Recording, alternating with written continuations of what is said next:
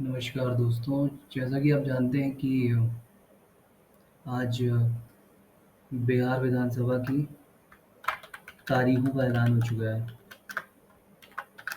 और अब जैसे कि waiting for suggestions of parties after announcement of Bihar elections. थोड़ा बड़ा कर देते हैं, बोल्ड कर देते हैं थोड़ा इसको। तो जैसा कि आप जानते हैं कि बिहार विधानसभा चुनाव की तारीखों का ऐलान हो चुका है। तो अक्सर आपने देखा होगा कि एक सेट पैटर्न होता है कि जैसे ही अ, विधानसभा चुनाव की तारीखों का ऐलान होता है तो हर पार्टी अपने उसका अलाइनमेंट थोड़ा सही कर लेते हैं। हर पार्टी ये दिखाने की कोशिश करती है दैट ऑब्वियसली हर पार्टी चाहेगी दैट दे आर विनिंग और एक तरीके से वो घोषणा करते हैं कि अब तारीखों का ऐलान हो चुका है और जनता उनके हाथों में कमान सौंपने को तैयार है। तो देखते हैं कि क्या रिएक्शन है सबका, हर पार्टी का। तो सबसे पहले शुरुआत करेंगे हम आरजेडी से। तो जैसे ही इलेक्शंस का ऐलान हुआ की तारीखों का, तो अ, इन्होंने लिखा बिहार है तैयार, 14 नवंबर को बनाएंगे तेजस्वी सरकार। ठीक है। तो इसमें हम देख सकते हैं कि तेजस्वी जी को सेंटर स्टेज पे दिया गया है, ऐसा कि वो नायक हैं इस रण के और भीड़ है उनके चारों तरफ। और ठीक है, अच्छा पोस्टर है, अच्छा ग्राफिक बना है। इसमें बस मेरे हिसाब से बिहार है तैयार, मतलब it it was a very low hanging fruit. ये जो होता है बिहार है तैयार, 14 नवंबर को बनाएँगे तेजस्वी सरकार। You can use it in any place, like it can be used at any place जहाँ पे हिंदी बोली जाती है। आप मध्य प्रदेश है तैयार, फिर से बनाएँगे भाजपा की सरकार, मध्य प्रदेश है तैयार, फिर आए इस बार आएगी कांग्रेस की सरकार, परिवर्तन होगा इस बार। तो ठीक है, it was a low hanging fruit, but still क्या होता है कि ज़रूरी नहीं है कि आप कुछ आउट ऑफ द बॉक्स ही ले आओ हमेशा। समटाइम्स यू नो ऐसी चीज़ें जो मतलब बहुत क्रिएटिव ना हो वो भी हिट करती हैं। और ऑब्वियस सी बात है, ये ऐसी ऐसा नारा है जो मतलब एवरीबॉडी इज़ यूजिंग इट। और किसी का ऑब्वियसली इस पे ट्रेडमार्क तो है नहीं। जैसे आई मीन लोग कह सकते हैं कि इसको मोदी सरकार आने वाली है, मोदी सरकार, बहुत हुआ महँगाई का भार और ये सब जो हुआ था। तो ऑब्वियसली उन्होंने इसको थोड़ा-सा पॉपुलराइज़ किया था मेरे हिसाब से, बट ठीक है, इस पे किसी का कॉपीराइट तो है नहीं। तो इसको अगर मुझे देना होगा then I will give it um, uh, I think it deserve 7 out of 10 I guess, 7 out of 10। चलिए आगे देखते हैं। आगे है बिहार कांग्रेस का। तो बिहार कांग्रेस ने, मैं उनके सोशल मीडिया हैंडल पर देख रहा था एंड मैंने ये देखा कि नोटिस किया that they were not trying to project anybody as their strategy is till now. वो सीएम के फेस से जाने क्यों बच रहे हैं उसको अनाउंस करने से। तो इसमें भी उन्होंने सोशल मीडिया पे भी उनकी स्ट्रैटेजी साफ दिखाई दे रही है। दे ट्राई टू, उन्होंने परहेज़ करना चाहा कि किसी नेता का को प्रोजेक्ट ना किया जाए। ऑल्दो उन्होंने एक रील अपलोड की है अपने सोशल मीडिया अकाउंट पे, जिसमें शायद वोटर अधिकार यात्रा की बातें हैं, उसमें हाइलाइट्स वगैरह हैं।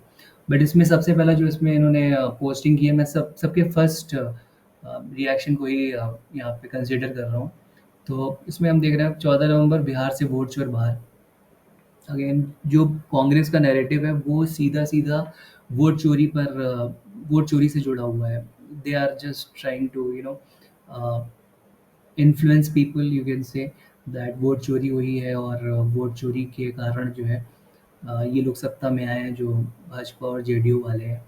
ऑल्दो इसमें बहुत सारे क्लेम्स हैं, इसके पक्ष में भी, इसके विपक्ष में भी, but we are not diving into that. We are just analysing what the what are the reactions of the first reaction after the announcement. So यहाँ पे हम देख रहे हैं कि their messaging बहुत clear है that they are targeting um, the current CM and the current PM. और इसमें भी वोट चोरी की बात की है, ऑल्दो इसमें थोड़ा सा डिबेटेबल ये बात है कि क्या वोट चोरी को बिहार में मुद्दा बनाया जाना चाहिए और क्या बिहार में वोट चोरी मुद्दा है। क्योंकि मेरे हिसाब से और जितना मैं समझ रहा हूँ और देख रहा हूँ, तो लोगों मेरे हिसाब से विपक्ष का भी शायद ये मानना है कि वोट चोरी को अ, मुद्दा मतलब बहुत बड़ा मुद्दा बनाने से जो बाकी मुद्दे हैं जिन पर सरकार को घेरा जा सकता था, एंटी इनकम्बेंसी उनकी है, अ, वो सारे मुद्दे गौण हो जा रहे हैं, ऐसा मुझे लग रहा है। और ऐसा मुझे लगता है कि बाकी की पार्टियों का भी थोड़ा-सा इसमें वो है, अ, ये मत है कि वोट चोरी को बहुत बड़ा मुद्दा बनाने से बाकी जो मुद्दे हैं वो छोटे पड़ जा रहे हैं उसके सामने।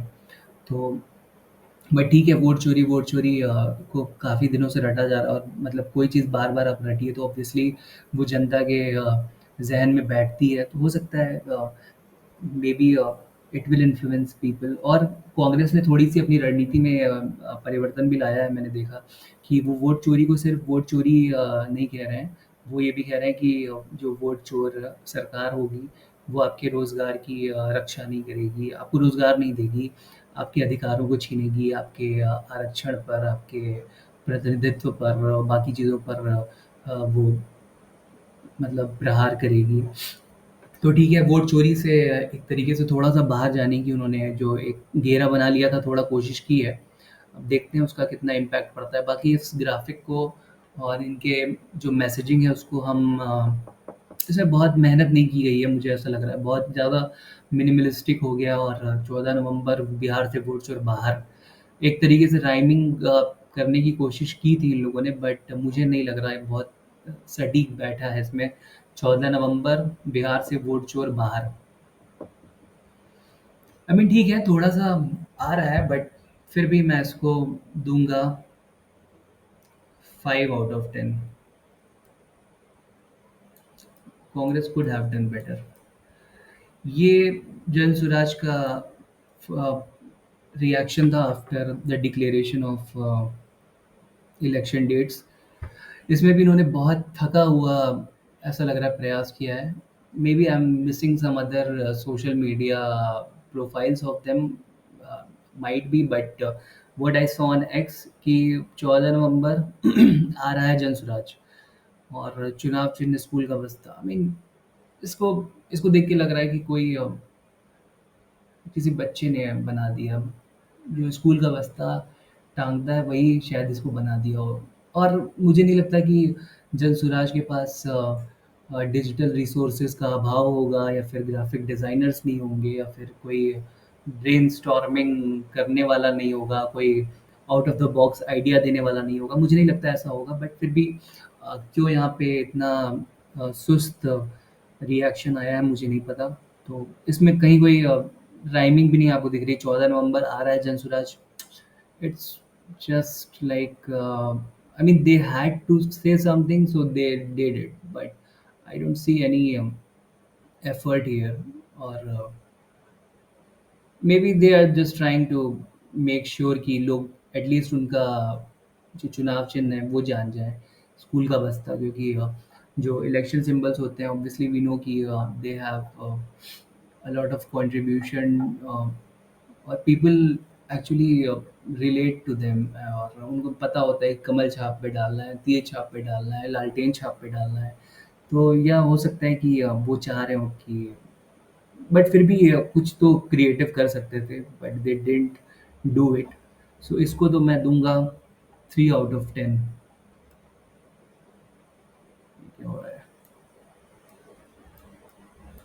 ऑलराइट, अब विपक्ष के बाद हम पक्ष पे आते हैं। पक्ष में हम देखें क्या गुल खिलाए गए हैं। ऑलराइट, पक्ष में हम देखें सबसे पहले बिहार बीजेपी का है ये, और मे बी शायद बीजेपी के नेशनल हैंडल से भी ये पोस्ट हुआ है। तो इसमें आप मैसेजिंग साफ देख रहे हैं, बिहार है तैयार 14 नवंबर को फिर आ रही एनडीए सरकार। ऑल्दो इसमें काफ़ी राइमिंग भाई इन्होंने भी लो हैंगिंग फ्रूट चुना है। और इसमें भी आप देख रहे हैं बिहार है तैयार, 14 नवंबर को फिर आ रही है एनडीए सरकार। तो इसमें कुछ मुझे नहीं लग रहा कि काफ़ी मेहनत इसमें भी बहुत नहीं हुई है। बट इसमें मैसेजिंग साफ है कि नीतीश कुमार एक तरफ हैं, एक तरफ नरेंद्र मोदी जी हैं। और इन्होंने, आप एक और चीज़ देखेंगे कि they have given the due place to their जो उनके सहयोगी हैं अलायंस में जो है उनको भी दिया है। और इसमें आप भाजपा का चुनाव चिन्ह देख सकते हैं, जेडीयू का चुनाव चिन्ह देख सकते हैं, आरजेडी का चुनाव चिन्ह है हेलीकॉप्टर। और ये दोनों शायद एक जीतन राम मांझी जी की पार्टी का और एक आई डोंट रिमेम्बर किसकी है। बट इन्होंने सारे अलायंस के जो अपने साथी हैं उनको स्थान दिया है। और बिहार है तैयार, 14 नवंबर को फिर आ रही है एनडीए सरकार। एक और चीज़ में आप नोटिस करेंगे कि अ, मोदी जी और नीतीश कुमार दोनों को दिखाया गया है। बट फिर भी ऊपर भले दोनों का साइज़ इक्वल है, बट नीचे थोड़ा-सा मोदी जी थोड़े से बड़े हैं। तो ये मैसेजिंग साफ़ है। और इसको भी मतलब इसमें बहुत मेहनत नहीं की गई है, लेकिन फिर भी इसको मतलब obviously this poster of BJP is quite similar to content wise to RJD's. But still इसमें थोड़ी सी मेहनत की गई है, जो इसमें गठबंधन के साथी हैं उनको जगह दी गई है। और जो उनका नेतृत्व है बिहार में उसको जगह दी गई है। तो इसके लिए थोड़ा सा इनको मैं 7.5 पॉइंट दे सकता हूँ। और लेट फिर हम आते हैं जेडीयू पे। जेडीयू का थोड़ा-सा कुछ नयापन इसमें मुझे दिख रहा है। इसमें आप एक चीज़ और नोटिस करेंगे कि इसमें जो गठबंधन के साथी हैं उनको बिल्कुल कहीं नहीं दिखाई दे रहे। मोदी जी आपको दूर-दूर तक नहीं दिखाई देंगे। जो पीछे बैकग्राउंड में फ़ोटोज़ हैं वो सारी जेडीयू के कार्यकर्ताओं या जो भी उनके सभा में आई होंगी उनकी टोपी पहने लोगों की है। और नीतीश कुमार जी इसमें दिख रहे हैं। इसमें टेक्स्ट थोड़ा-सा अच्छा मुझे लग रहा है, बिहार के 7 करोड़ से अधिक मतदाता 14 नवंबर को नीतीश कुमार की ऐतिहासिक जीत की मुनादी करेंगे। इसमें 7 और 14 और ऐतिहासिक जीत की मुनादी करेंगे। थोड़ा-सा कुछ नयापन लग रहा है मुझे। और डिज़ाइन भी अच्छा है। इसमें जो पार्टी के कलर्स हैं उनको अहमियत दी गई है। मैसेजिंग भी अच्छी है। ऑल्दो इसमें उन्होंने थोड़ा-सी मतलब बीजेपी से दूरी बना के रखी है। ऐसा I don't know if it was intentional और what, but maybe they are trying to portray कि जैसे कि मतलब आरोप लग रहे थे कि जेडीयू का कोई मतलब अन कई लोग कह रहे थे कि जेडीयू मतलब इसमें ये दर्शाना चाह रही है कि उनका भी अ, अस्तित्व है और उनका भी अपना अ, उनकी भी अपनी शक्ति है, अपनी क्षमताएँ हैं। तो इसको मैं आई थिंक ये मेरे हिसाब से सबसे बेस्ट पोस्टर है, सबसे बेस्ट ग्राफिक है after the declaration of Bihar election 2025। और मैं इसको दूँगा 8 नंबर। ऑलराइट, तो आप लोगों को कैसा लगा ये एपिसोड ज़रूर बताइएगा मुझे। और कमेंट में लिखिएगा कि आप किसको इस बार बिहार का की कमान सौंपना चाह रहे हैं। और ये भी बताइएगा कि आपके हिसाब से बेस्ट पोस्टर कौन-सा है, बेस्ट ग्राफिक कौन-सा है। थैंक यू दोस्तों।